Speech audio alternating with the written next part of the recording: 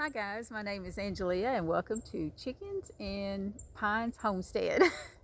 Had to think about it there for a minute. Hubby came up with the name of the channel and I thought it was a cute name, and I'll tell you why here in just a minute. But anyway, I want to get up here and tell you a little bit about me and just tell you what I'm going to be doing up here on this channel. And now I do have another channel if you are into crochet or anything like that. I do have a YouTube channel and I'll have a link down below where you can go check it out if you'd like.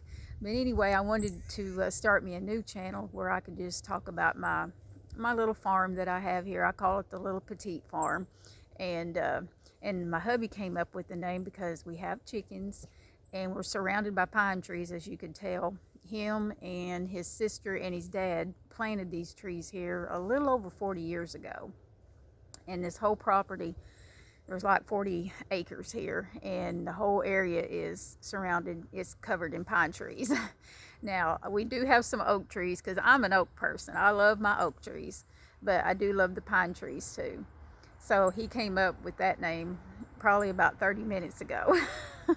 So I thought it was cute. And I call it, like I said, it's a little petite farm here, and I love doing all the gardening, and I have my flower beds, and I love being outside. I mean, I'm constantly outside. Whenever it's winter time here, I do a lot of crocheting whenever it's winter, but whenever it's spring and summer, I come outside and do my stuff out here. And we have chickens, and I'm fixing to get me a whole bunch more. I ordered like 9 hens the other day. I stopped by one of our local co-ops and I ordered me 9 buff Orpingtons. I believe that's how you say it. And because I've already got a couple over here, that I wanted some more because they're just really sweet chickens. And so I think they're beautiful. And we have a potbelly pig that adopted us. She just showed up. It's going on about 2 years ago. She showed up in the back, and nobody ever claimed her, so she ended up adopting us. And her name is Mrs. Pickles. Now, she will not let you touch her, though. I have tried every way in the world to kind of, break the ice with her where she'll let me pet her and stuff, but she won't have it. So, but she's well taken care of. She's spoiled for sure. And we got, let's see, 3 dogs, 4 cats. 1 is a stray, which he lets me handle him somewhat. He'll get around my hubby, but he don't really pick him up or anything like that. And he'll let me pick him up, but he's just still kind of skittish because he kind of showed up last year, but I had been seeing him like a couple of years before that, kind of in the woods and stuff, but he never would come around. And then finally one day he just showed up and hung out with our other cat that we had for like 16 years, and they were buddies. And so yeah, he is something else. His name is Sylvester, so we call him Sly. And then I've got the 3 cats that are inside the house, which I'll introduce them to you guys. But you'll see my dogs running around, and like I said, I'm surprised my rooster's not over here crowing right on cue. But I love to be outside, and I love to garden. I've got flower beds that I've had to redo because my chickens got a hold of them last year whenever I let them loose to do their free ranging. I got them last year, and after they got big enough, I decided to let them loose out here, and they decided they wanted to rearrange my flower beds for me, so that's what they did. And like I was saying in my other video when I was talking about it, they did me a little bit of a favor because I was kind of wanting to change it up anyway, so I thank them for that. But we ended up putting a fence around it so I can keep them out of it, so I can have my butterfly bushes and plants back of it. But anyway, it's kind of cold here. I'm from Arkansas, if I haven't said that yet. I got my Arkansas shirt on. I was born and raised here. I've lived here my whole life. I love it here in Arkansas. I lived on a lake, raised on the lake, and lived there for a good while. We had chickens and ducks and geese, and we had turkeys, pigs, and then my dad, he was raised honeybees, and so we had a little farm there. And we lived right on the lake, and I love fishing. I'm a big time tomboy, and back then I would rather play with cars and trucks and play in the dirt and all that instead of playing with dolls.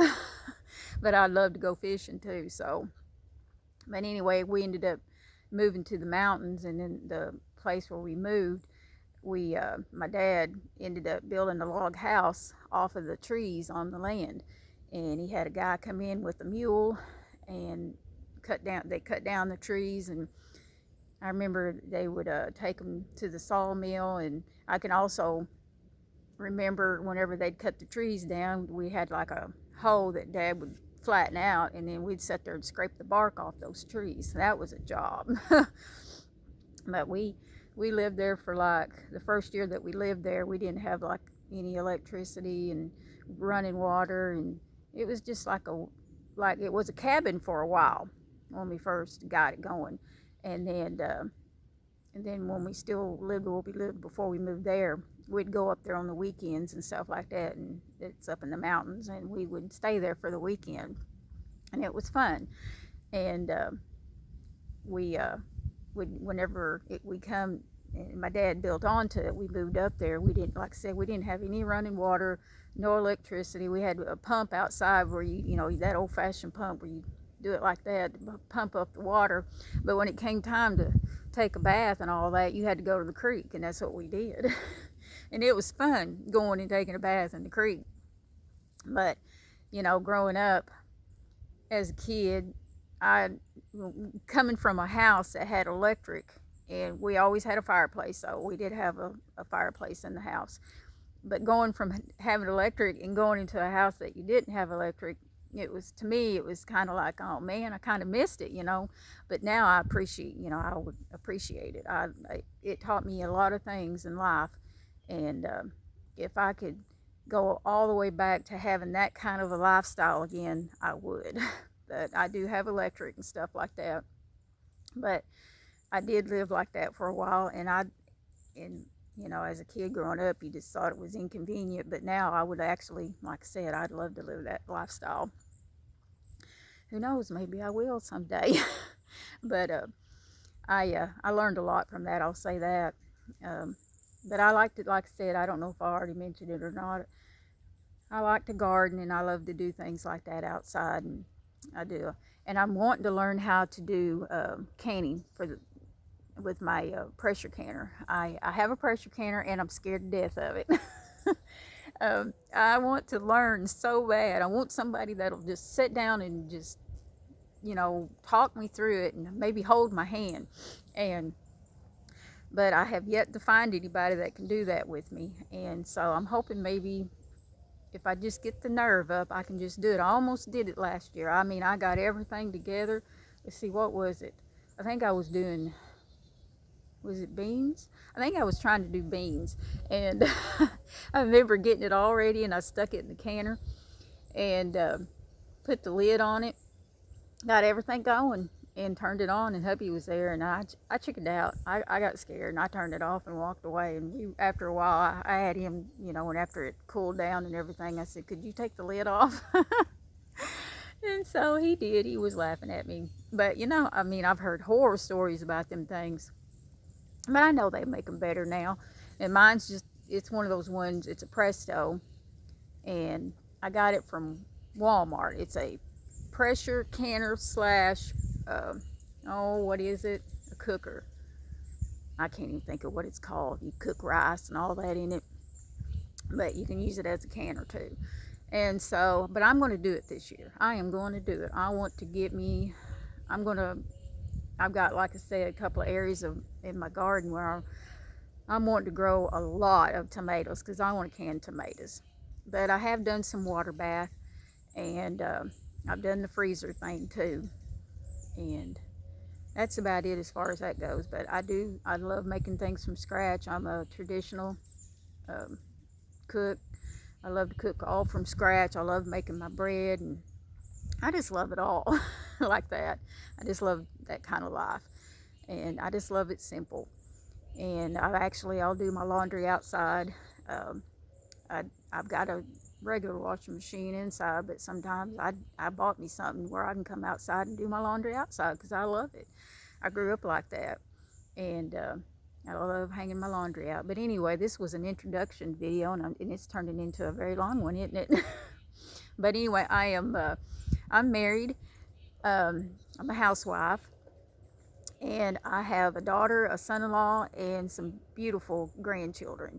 And so anyway, I just thought I'd get up here and just tell you a little bit about me, and I'm excited about this, and I just want to take you guys along with me and show you what I'm doing around the place, and how I do it. It's nothing fancy. I'm just a simple plain girl, country girl that is, and I like having fun out here, messing around in the woods and with my critters and hanging out with them and stuff. And I just wish it was warmer today. It is cold, and we're supposed to get a bunch of storms, and so I miss that 70, 80 degree weather we just had. It was 70 yesterday, but here in Arkansas, you never know, and I'm freezing right now. But anyhow, I guess I'm going to hop off here, and I will be getting up here soon. Hopefully, I'll try to do a video to show you what some of my seeds I got started. I've done that for the very first time in my life.